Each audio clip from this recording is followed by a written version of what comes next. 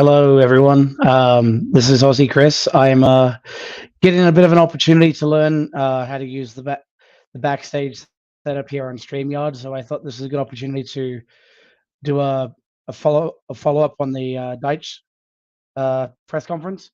So without further ado, I will go through an audio clip of that, and we can talk about some of the information that was covered right after. So.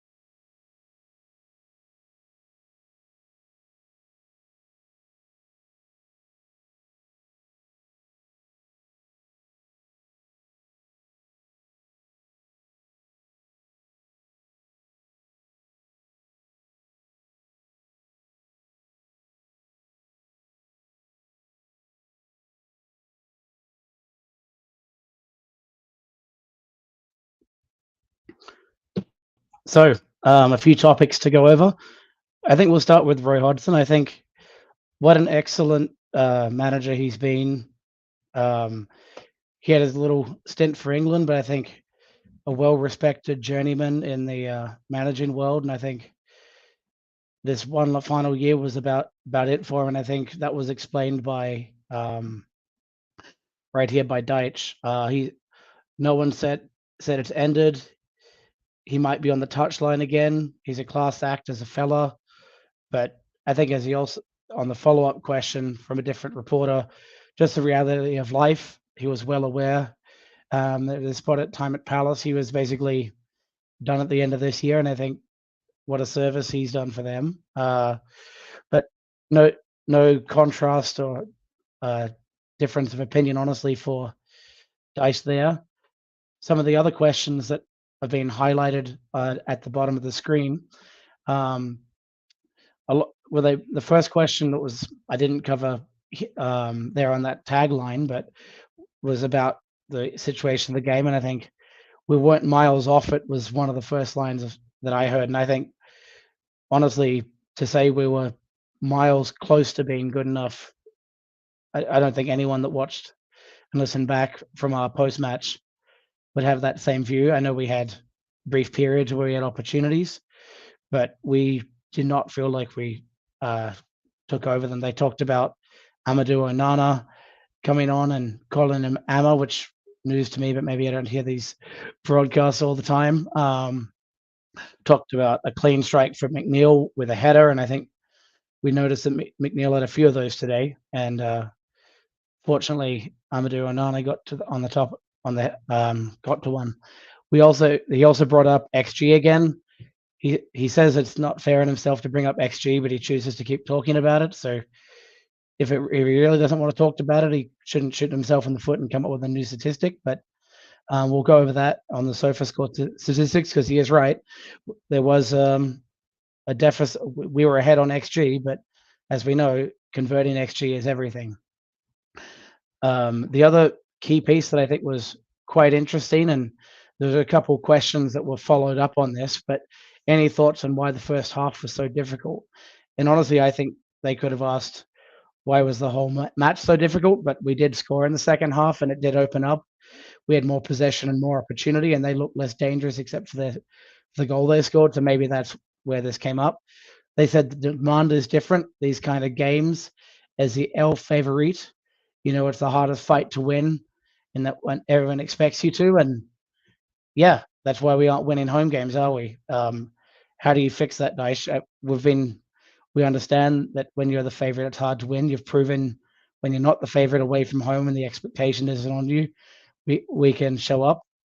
But the next thing that really kind of startled me, and I think he muddled his way into it, he talked about the expectation of going into the match, and he changed the expectation when the fans responded. And at halftime, it was our responsibility to change. That either was just poorly worded, but quite surprising to me. He knows how important this match is. He knows the city of Liverpool and the fans, how much it matters to them. So a really surprising kind of response there. If it was solely about how he was trying to say that he was inspiring his team to get back into it at halftime, and it wasn't about them being flat-footed and not being prepared at the beginning, that's one thing. But they really didn't come prepared and looked championship for a lot of this match, especially in that first half.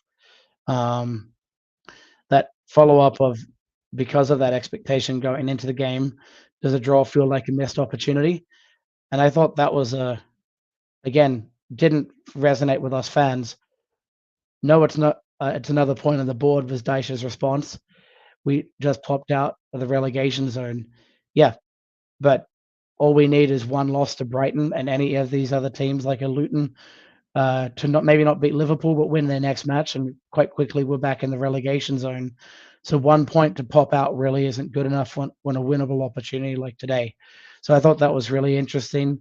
I think a lot of this might just be we have a really mentally worn out squad that have been dealing with points deductions that weren't their fault, and then back in the relegation zone again for a third season, second under his reign. Maybe that's where this is all coming in.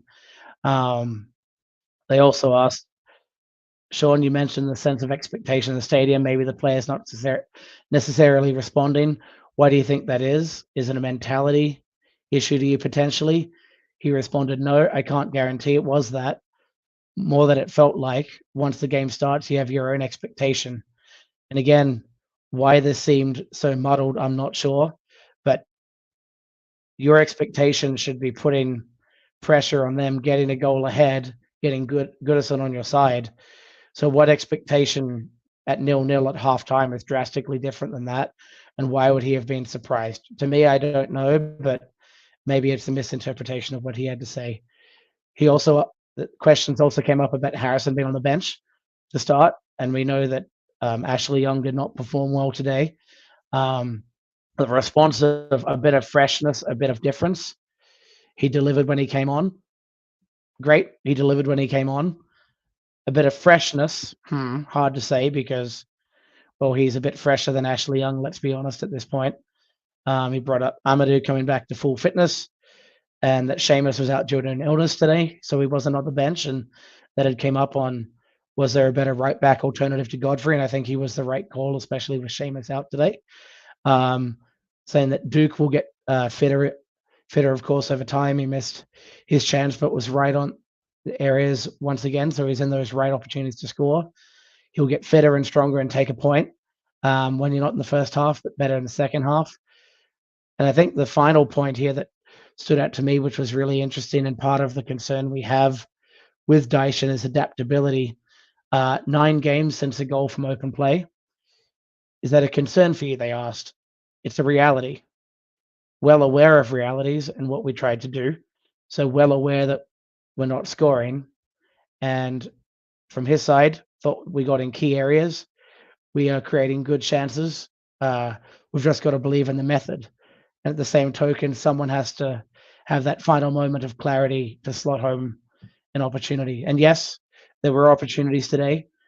This XG stat proves it, but the number was not that high. Opportunities, yes, we had one from James Garner. Onana scored his. DCL had a couple.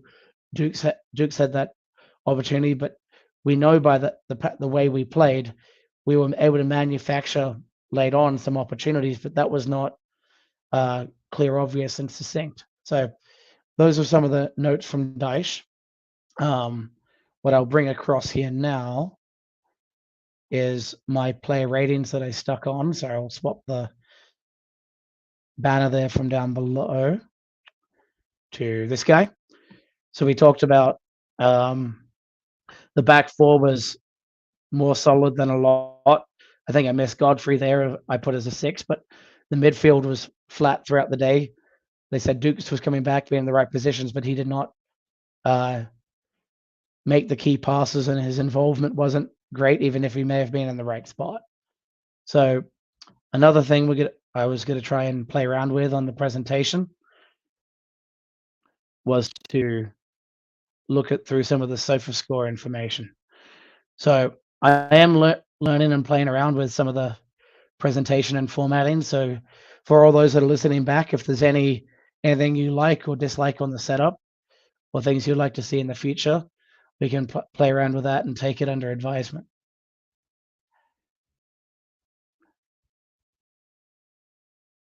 So what we're showing here was the setup. So Everton were in that traditional 4-4-1-1 out of possession. The 4-4-2 with Decore would slot up with Dominic Calvert-Lewin. We did notice though today, because we weren't pressing them high up, we didn't have the 4-4-2 formation that frequently compared to what we did see against Man City and some other sides. And we knew that we had James Garner and Idrissa Gana Gay there in the middle, and Ashley Young out wide. And we brought in Onana. We had the 2 keepers again of Lonergan and Virginia, an unused Nathan Patterson, a Michael Keane in the wings or in reserve at centre back. Chamidi as an alternate position player for a striker, and then Lewis Dobbin the winger that we've been dying to see come on with his energy, but was unutilized. And we know there was quite a few outs for Crystal Palace today. So we had Elise, Eze, Czech Decore, defensively Mark Gahey. I'm not as familiar on Saki, and then we had Rob Holding, who's had his stints in Arsenal that got moved over this year. So I think defensively they held up quite well today. Joe Ward was fine. He had a couple scary moments, but then it was Chris Richards and Joachim Anderson, the Dane, and then they played with those two wing backs. Tyreek Mitchell we looked at, and then Jefferson Lerma had a couple opportunities, and then Adam Wharton played there in the middle. Would kind of play as more of a number 8, and then we also noticed Mateta, Ayew, and Edouard actually often played kind of as a front three, depending on what made sense. You'd have one player come up, accept long balls, head it to, if it was Edouard winning the header, he would try and knock it down to Mateta or one of the that kind of midfield 4. So in addition to that, what I wanted to do was look at some of the heat maps for some of our players. Dwight McNeil. Let's see if we can get him to come up here on the mouse. So we have Dwight McNeil, whose heat map we see here. His left back partner in Vitaly Mykolenko.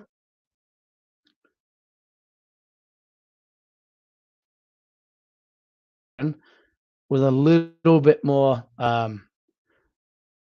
coverage across the pitch, but no surprise. But unlike a lot of the matches we've seen, we do not see Mykolenko almost at all in his own corner flag. So played relatively high.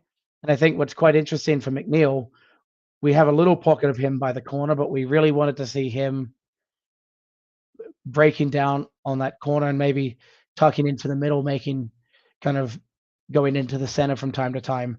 But that big red dot on where he's standing was part of the problem of Tarkovsky would have a diagonal, cross it to McNeil. He would try and win a header down to a relatively isolated player in a James Garner, who'd be right in that same area. So you would have we'd have a James Garner coming in. And if we bring back Mykolenko now, let's see if I can.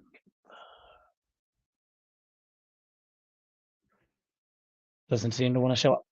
So we have James Garner in a very similar spot, basically sitting right next to Dwight McNeil, trying to win the ball off deflection quite a lot, or being a support and passing member for him.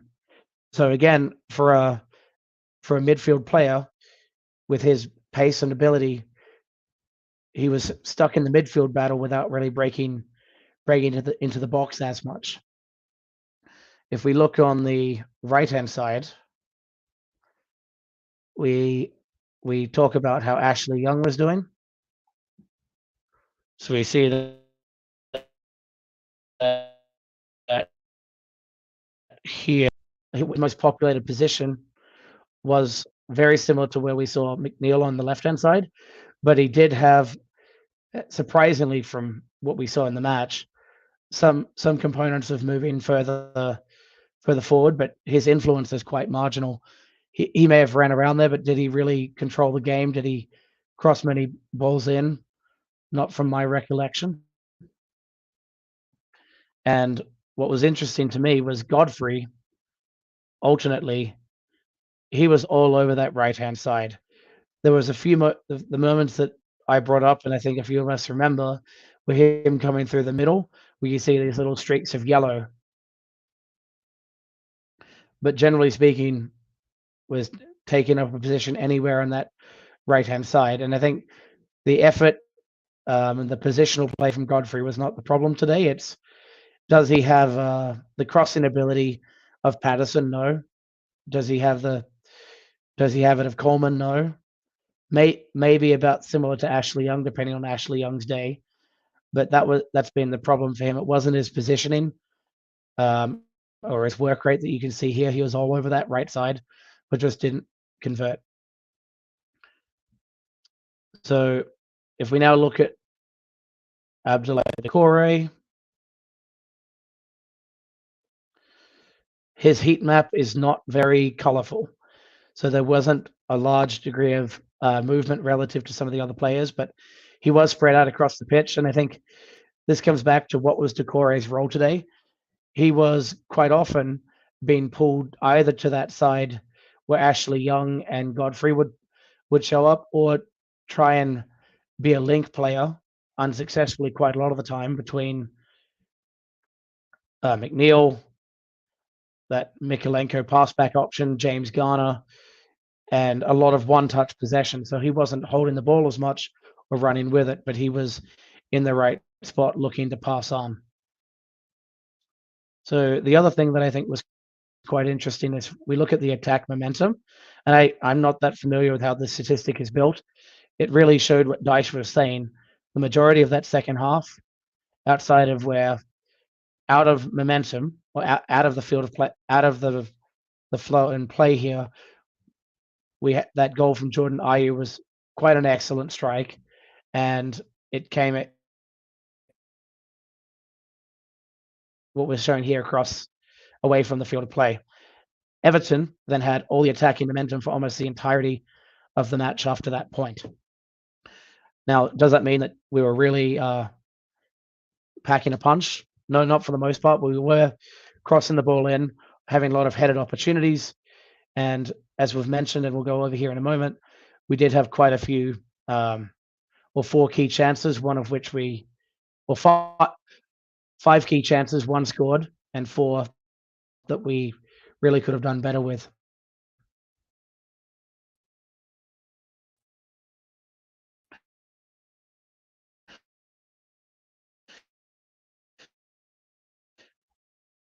Looks like Sofascore was refreshing. Hold it. I think Sofascore struggles with the auto refresh and trying to keep the screen straight. So let's see when this comes back. There we go. So according to the Sofascore metrics, the 2 best players in Tarkovsky and Dwight McNeil, and I think all those that were on the post match thought highly of how Tarkovsky did, but we were a little bit critical that he missed a headed opportunity as well. It may not have been as good as the 2 DCL ones, but it was a relative sitter. Dwight McNeil, I think, because he was involved and got that assist, his number goes up. He was involved in a lot of play. The way that score is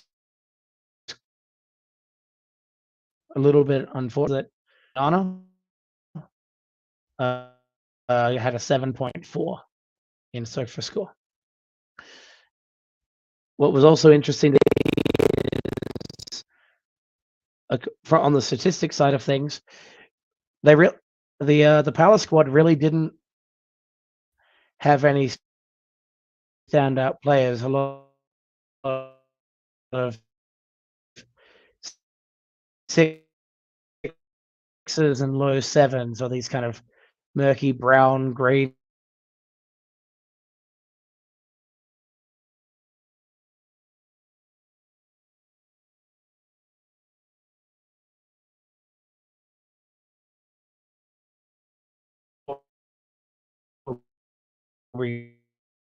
Loads. The XG that Dyche always talks about, or did a little bit over doubled their expected goals. And a lot of us aren't used to us winning, having that much possession, but I think this is the kind of match we expected from them. That low block where they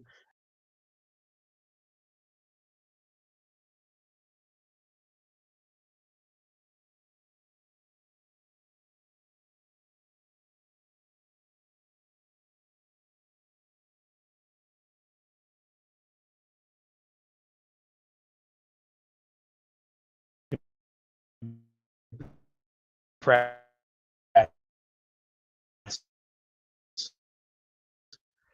So in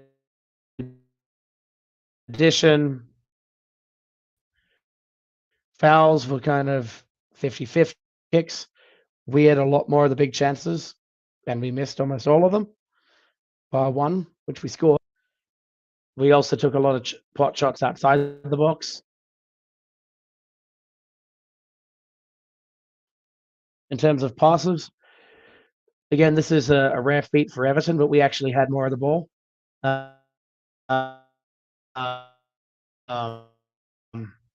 They let us have it in that second half. The challenge that we have on matches like this, and goes back to, well, when you're the L favorite and the team to have a lot more draws at home, winnable matches, and we really worry about getting enough points across to the end of the year. So looking at, we had quite a lot of long balls, but so did they. They were for effective long balls, so we hit our targets. But then it's really a matter of what about that second ball? So we had a 56% long ball rate. Still quite a lot of long balls. We wanted to see a lot more run in with the ball, short passes to the middle that we weren't seeing. In terms of accurate passes, 423. Well, that's all well and good, but I think a lot of these were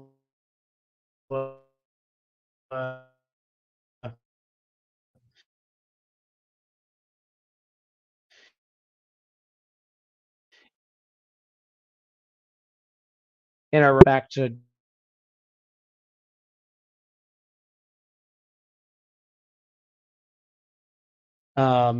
interceptions. We won the ball back quite a bit.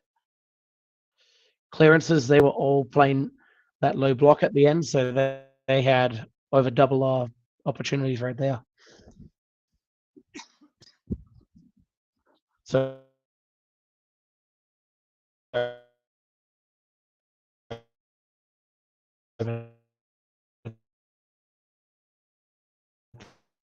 that.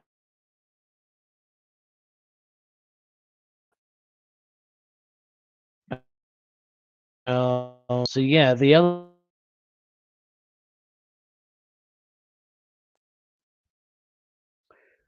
where we have Adrissa going again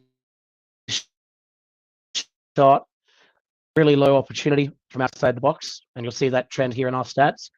A few crowded inside that 6-yard box, a few in the middle, usually from headers between the 6 and the 18-yard box, more like a 10 to 12 yards out, and then quite a few shots from distance that were ill-effective. I think this was a Dressagana once the match guy over the top. We had an Abdoulaye Doucouré strike.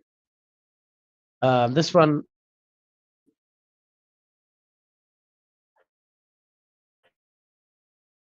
I think, what wasn't half bad, but it wasn't again just an instinctive shot. But you're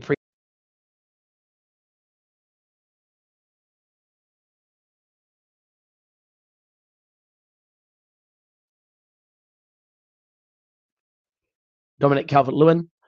He had a few outside the box. I believe this was from the free kick.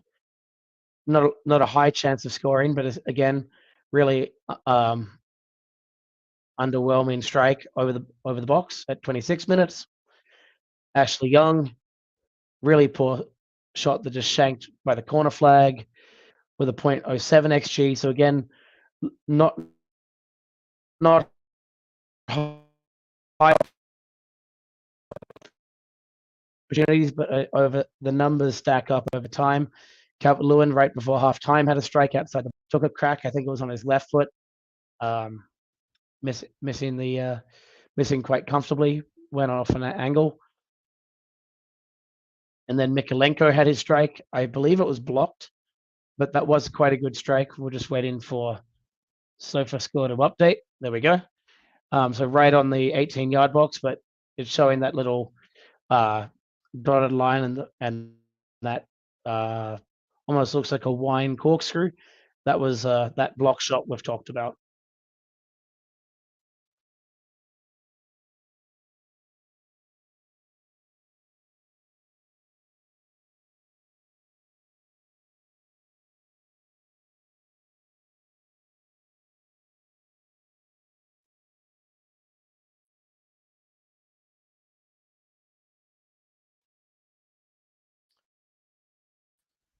Then we have another Adrissagana Gay opportunity. A little bit more of a shame is the one that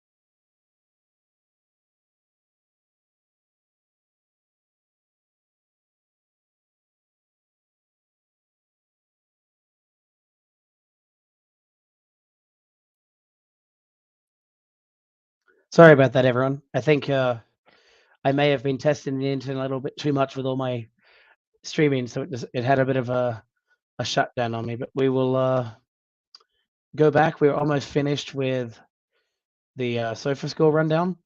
And again, for anything that you believe is effective on me sharing through this, please let me know. I'm still getting acquainted with the the StreamYard setup and what's effective, what streams well on my laptop, what has lag, and going from there for future opportunities. So if we go back now to this is one of the golden opportunities for Abdoulaye Doucouré.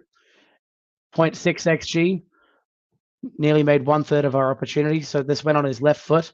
He kept it on target, but did he have enough time to settle and strike it?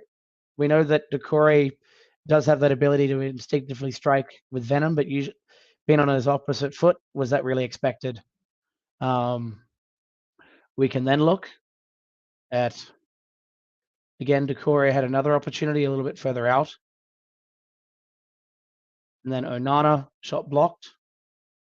Calvert-Lewin, one of his headed opportunities that went just wide of the left-hand side. James Garner missed his opportunity.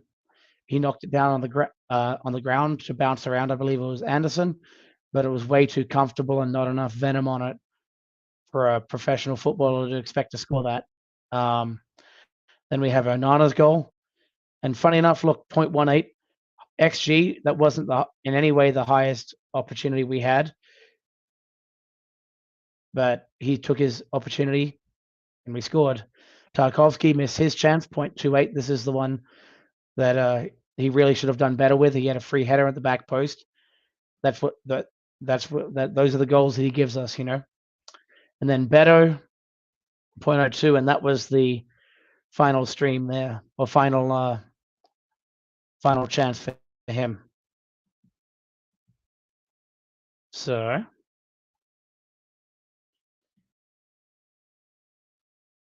I think that's about everything I wanted to do, and I know we only have about one viewer at the moment.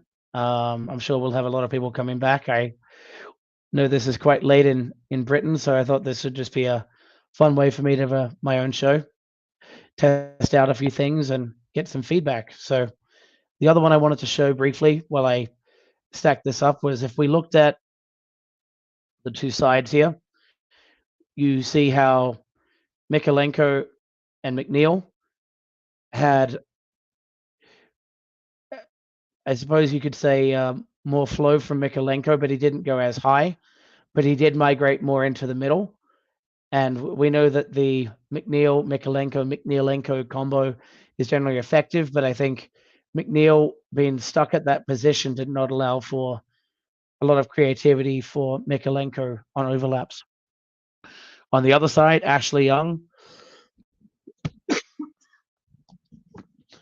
similar position, but received less of the ball, and Godfrey was all over that side. So this was a screen grab trying to combine all of our wingers' heat maps for that match. So I think that's it for me right now. I can do the usual stick of if you like what you've seen, please like this video, like every video you happen to follow from or watch from Follow Everton. Subscribe if you haven't. There's also a way to become a paying member to support the channel for increased streaming capacity through StreamYard. So at the moment, we're using one. We have the ability, if with more funds, to have higher streaming resolution, which can allow for the cutouts like what we just saw right now for me to be less of a problem with higher bandwidth through StreamYard. But that comes through with donations from you guys. So we don't have any sponsorships. It's all kind of dollar donations, contributions from anytime you decide to do a super chat live, or if you're a donating member where you can go in off your laptop on YouTube, you can connect and be a member where you can actually get, we'll try and focus, and you'll get a little icon on top of your name.